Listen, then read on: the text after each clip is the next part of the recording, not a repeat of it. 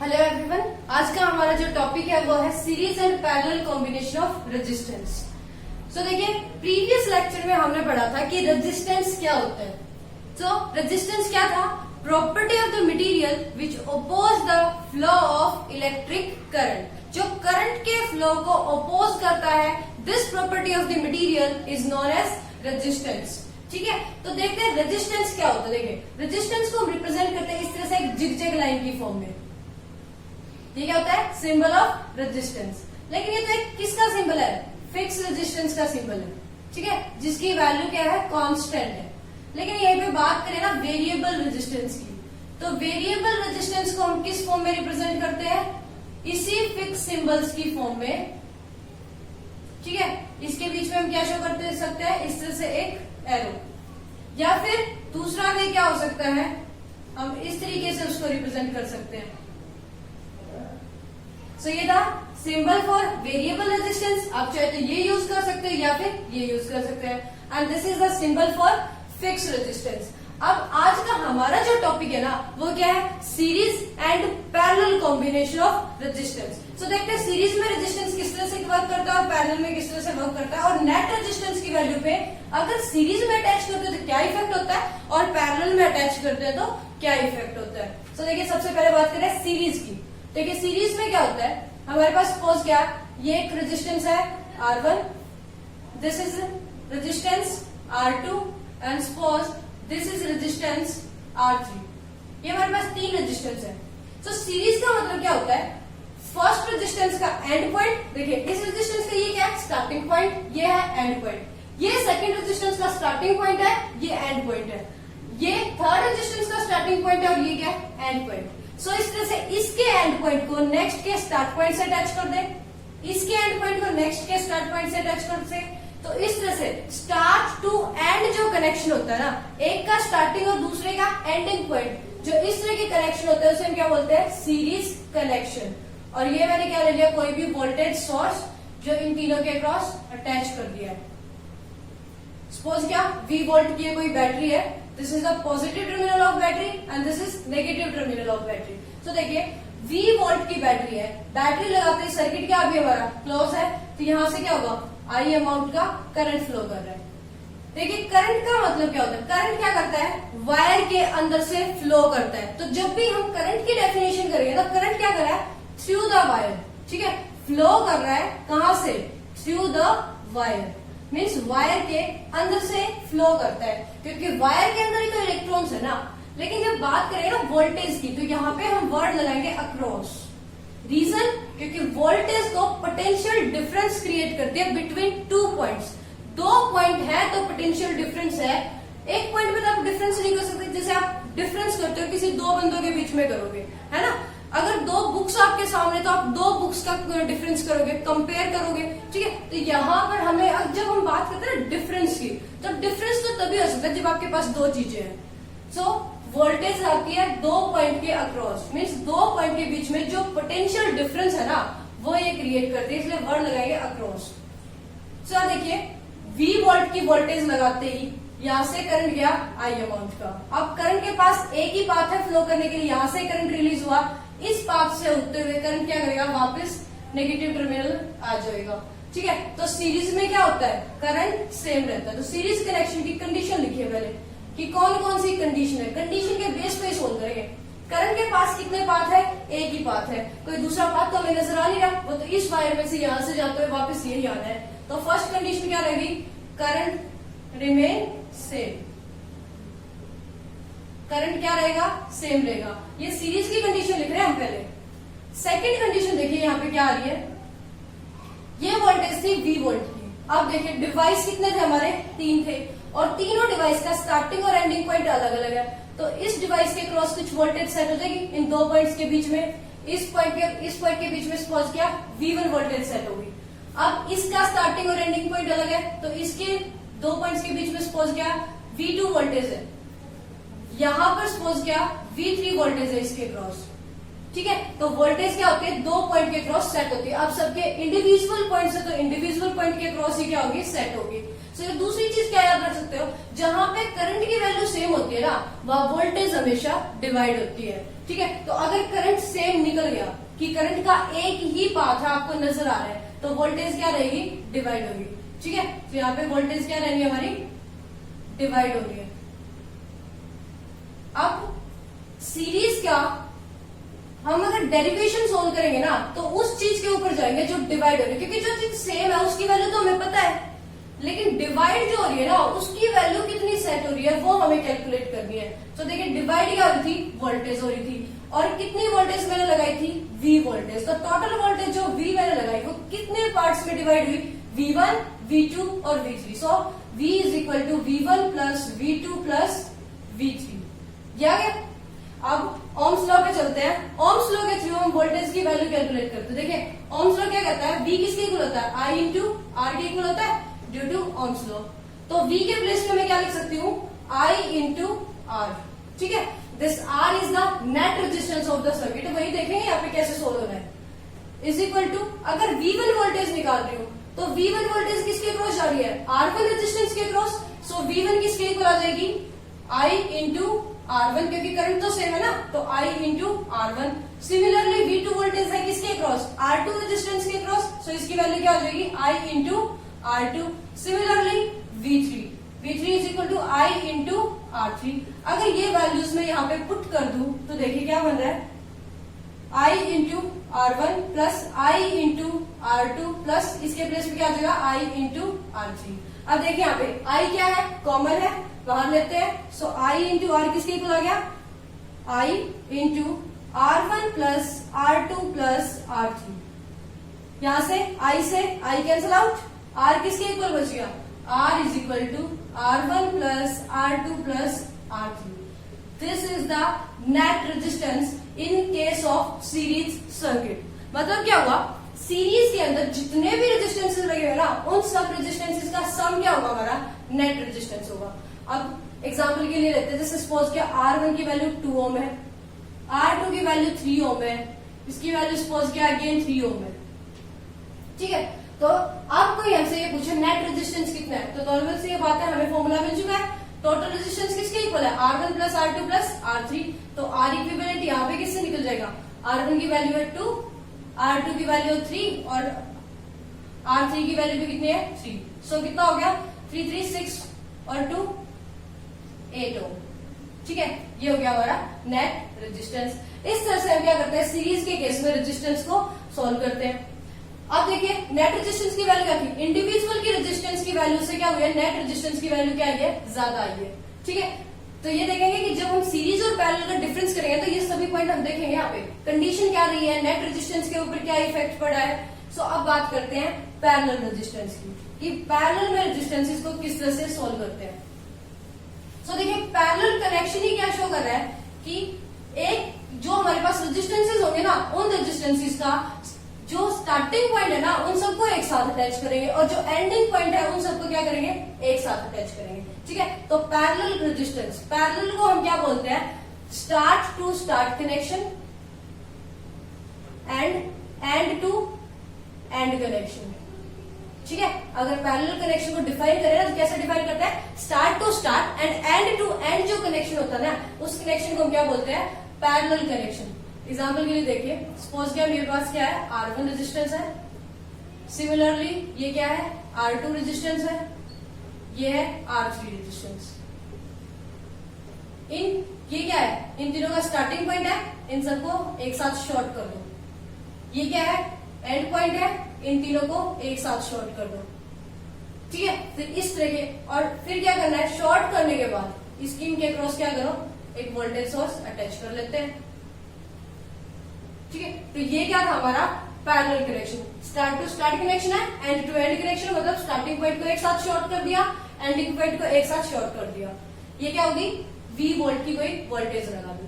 अब देखिए V volt की वोल्टेज लगाने से क्या हुआ, ये पॉजिटिव टर्मिनल, ये बैटरी का नेगेटिव, यहां से I अमाउंट का करंट रिलीज हुआ। अब करंट के पास देखिए, यहां से रिलीज होने के बाद अप टू दिस पॉइंट इसके पास एक ही बात है, यहां तक। लेकिन इस पॉइंट के पास जाने के बाद क्या हो रहा है, करंट के पास तीन पाथ है, कुछ करंट इधर जा सकता है, कुछ इस तरफ जा सकता है, कुछ इस तरफ जा सकता है। अब सपोज के यहाँ पे जो करंट गया दिस इज I1, यहाँ पे सपोज गया I2 और यहाँ पे क्या चला गया I3। यहाँ से I1 करंट आएगा, यहाँ से I2 आएगा, यहाँ से I3 आएगा और इस पॉइंट पे आके क्या होगा, I1 plus I2 plus I3 किसके इक्विवेलेंट है, I करंट के। अगेन क्या रिलीज हो रहा है यहाँ से I करंट, और ये I करंट वापस क्या आ रहा है, नेगेटिव टर्मिनल की तरफ आ रहा है। मींस जितना करंट गया था उतना ही करंट वापस आ रहा है, लेकिन अलग अलग पाथ से आ रहा है। ठीक है, तो इन द सेंस बीच में करंट क्या हो रहा है, डिवाइड हो रहा है। तो पैरेलल की कंडीशन हमें क्या मिली, फर्स्ट करंट क्या होता है, यहाँ पे डिवाइड होता है। अगर करंट डिवाइड हो रहा है तो वोल्टेज क्या रहेगी, सेम। और वोल्टेज सेम क्यों रहेगी, देखो तीन टर्मिनल थे ये और हमने क्या किया, शॉर्ट करके एक बना दिया। ये भी तीन टर्मिनल थे, शॉर्ट करके क्या किया, एक बना दिया। जब टर्मिनल ही सेम हो गए तो वोल्टेज क्या होती है, दो पॉइंट के अक्रॉस डिफरेंस होती है ना। तो इन तीनों पॉइंट्स अगर सेम है तो इनके अक्रॉस पोटेंशियल क्या रहेगा, सेम रहेगा।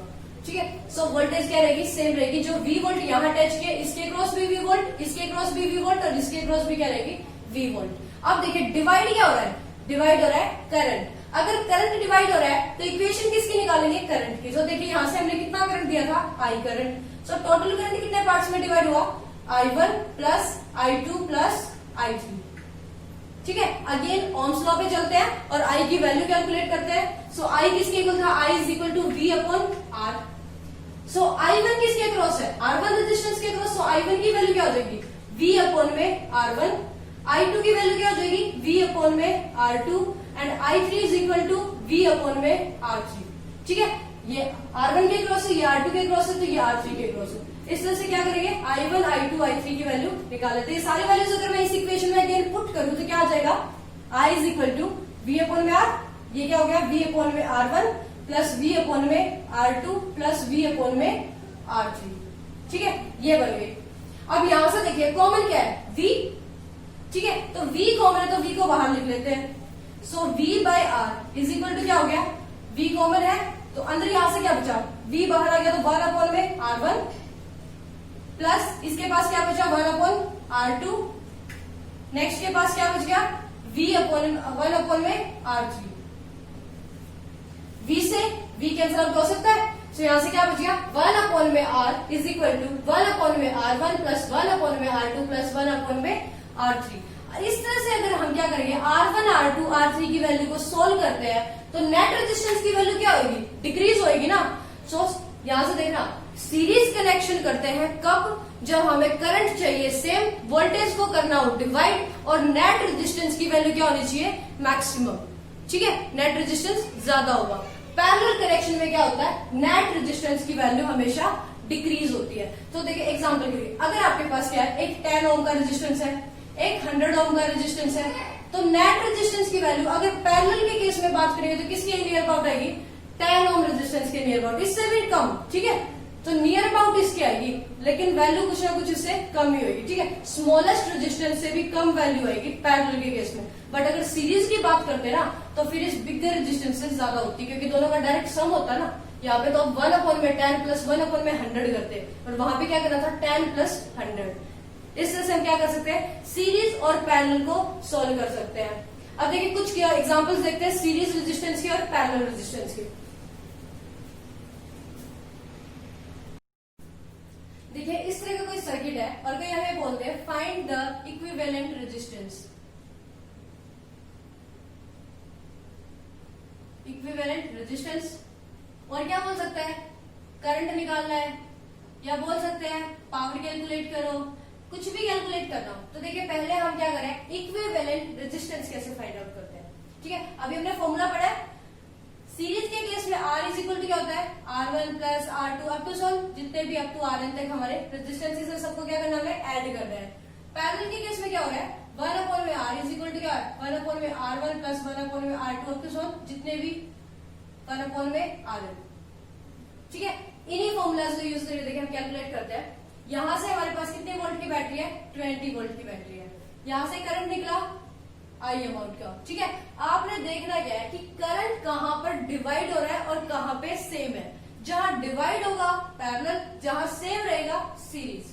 ठीक है। तो यहाँ से आई अमाउंट का करंट निकला, इस करंट के पास इस पॉइंट तक क्या था, एक ही पास था। इस पॉइंट पे जाने के बाद कुछ करंट इस डायरेक्शन में जाएगा, कुछ यहाँ पे जाएगा। सपोज के यहाँ पे करंट गया I1, इधर करंट चला गया I2, ठीक है। ये I2 करंट इस 5 ओम रेजिस्टेंस के क्रॉस फ्लो करेगा, यहां तक तो ये क्या रहेगा, I2 ही रहेगा, बट इस पॉइंट पे जाने के बाद क्या होगा, I2 टू पार्ट्स में डिवाइड होगा। सपोज के यहाँ गया I2 1 और इस तरफ क्या गया I2 2, ठीक है। इस तरह 2 पार्ट्स में डिवाइड हो गया। अब देखिए यहाँ से I2 1 करंट आया, यहाँ से I2 2 करंट आया, और इस पॉइंट तक क्या है, ये दोनों की वैल्यू अलग। इस पॉइंट पे आके दोनों मिल गए, यहाँ से I2 1 आ गया, इधर से I2 2 करंट आ गया, और दोनों मिलके अगेन क्या हो गए, I2 करंट बन गए ना। यहाँ पे रिलीज हो गया I2 करंट। तो इस रेजिस्टेंस में कितना करंट गया, I2 करंट गया ना। अब देखिए इसमें भी करंट कैसा था I2, और इसमें भी करंट कितना है I2। तो डायरेक्टली इनडायरेक्टली आपको क्या पता चल रहा है, ये रेजिस्टेंस और ये रेजिस्टेंस क्या है, सीरीज में है, और इन दोनों का जो रेजिस्टेंस का सम है ना, वो इस करंट के इक्वल है। इसका मतलब अगर इन दोनों का हम सोल्व करते हैं तो इनका जो नेट रेजिस्टेंस बचेगा ना, वो भी क्या होगा, इनके साथ सीरीज में ही होगा, ठीक है। अब फाइनली देखिए I2 करंट यहाँ से रिलीज हो गया और वापस यहाँ आ गया, ठीक है। इधर से क्या आया I1 करंट, यहाँ से करंट आ गया I2, और दोनों मिला के I1 प्लस I2 दोबारा क्या बन गए I1 करंट। तो जितना करंट रिलीज हुआ था उतना ही करंट क्या रहा, नेगेटिव टर्मिनल की तरफ आ रहा है। तो देखिए करंट कहाँ कहाँ डिवाइड हो रहा है, उस चीज को सोल्व करते हैं। देखिए ये पता चल गया हमें, ये और ये है सीरीज में, क्योंकि दोनों में सेम अमाउंट का करंट है। बट अगर बीच में से ये सर्किट सोल्व हो जाए ना, फिर क्या हो सकता है, इनको हम इजिली ऐड कर सकते हैं सीरीज वाला फॉर्मूला लगाकर। तो इसमें देखिए यहाँ पे करंट क्या हो रहा है, डिवाइड हो रहा है। डिवाइड हो रहा है इन द सेंस ये दोनों क्या है, पैरेलल में, और पैरेलल में रेजिस्टेंस क्या था, 1/R is equal to 1/R1 plus 1/R2। So किसके इक्वल आ गया, 1/R1। R1 की वैल्यू कितनी है 4, प्लस R2 की वैल्यू भी कितनी है 4, ठीक है। किसी को भी R1 किसी को भी R2 आप एज्यूम कर सकते हो। यहाँ से कितनी वैल्यू आ जाएगी, सिंप्लीफाई करेंगे तो 2 ओम आ जाएगी, ठीक है। 2 ओम क्या आ गई, इन दोनों का कॉम्बिनेशन। अब मैं क्या कर सकती हूँ, देखिए यहाँ पर मैं इसको मॉडिफाई कर सकती हूँ सर्किट को, कि ये जो दोनों रेजिस्टेंस है ना, इन दोनों का अगर इक्विवेलेंट आ गया तो इन दोनों को हटा के मैं इनका इक्विवेलेंट लगा सकती हूँ यहाँ पर, ठीक है। तो देखिए यहाँ पर क्या कर सकती हूँ मैं, इन दोनों का इक्विवेलेंट कितना आया है 2 ओम, तो ये लग गया 2 ओम रेजिस्टेंस। अब देखिए दोनों में से क्या गया था, यहां से अब I2 करंट जा रहा था, अब क्या हो रहा है, सेम करंट जा रहा है ना इस ब्रांच में, तो ये तीनों रेजिस्टेंस क्या हो गए सीरीज में। अब जो रेजिस्टेंस निकला वो किसके इक्वल आ गया, इन तीनों का कॉम्बिनेशन 5 प्लस 2 प्लस 3, क्योंकि सीरीज में है ना।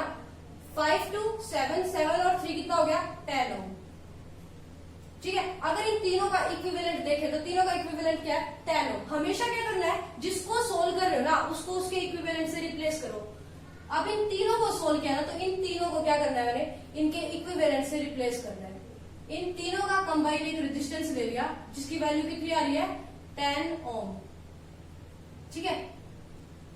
अब उन सब के साथ ये ब्रांच क्या थी पैरेलल में, देखो यहाँ पर करंट की वैल्यू अलग है और इस ब्रांच में करंट की वैल्यू क्या है अलग है, और अलग अलग करंट इन द सेंस की क्या है, फिर से पैरेलल में। अगेन सेम फॉर्मूला लगाएंगे, 1/R1 प्लस 1/R2। सो क्या हो जाएगा 1/10 प्लस 1/10 किसके इक्वल आएगा 5 ओम के इक्वल आएगा, ठीक है। तो अब इनको हटा के क्या कर सकती हूँ मैं, 5 ओम का रेजिस्टेंस लगा सकती हूँ। दोनों ब्रांच को रिमूव कर दो, और दोनों ब्रांच को रिमूव करके क्या करना है मैंने, एक रेजिस्टेंस लगा देना, दिस इज 5 ओम रेजिस्टेंस। ये हो गया सिंप्लीफाइड सर्किट, ठीक है। सिंपल फॉर्म में आ गया ना सर्किट हमारा। नेट रेजिस्टेंस बना 5 ओम का, वोल्टेज कितनी थी 20 वोल्ट। अब हमें को ये बोले करंट निकालना है, तो इजीली निकाल सकते हैं ना, ओम्स लॉ पे जाइए, I इज इक्वल टू क्या होता है V/R। टोटल नेट रेजिस्टेंस कितना हमारा 5 ओम, वोल्टेज कितनी है 20 वोल्ट। सो V के प्लेस पे 20, R के प्लेस पे 5, 5 1 जा 5 4 जा कितना आ गया 4 एम्पियर करंट आ गया, ठीक है। वोल्टेज भी हमारे पास है, करंट भी हमारे पास है, पावर निकालनी है, तो P किसके इक्वल होता है, P is equal to V into I। So voltage थी 20, करंट कितना था 5, यहाँ से पावर कैलकुलेट हो जाएगी। इस तरह से हम क्या कर सकते हैं, किसी भी सर्किट को सिंप्लीफाई कर सकते हैं। Thanks to watch this video. इससे रिलेटेड अगर आपकी कोई प्रॉब्लम है तो आप कमेंट सेक्शन में लिख के बता सकते हैं।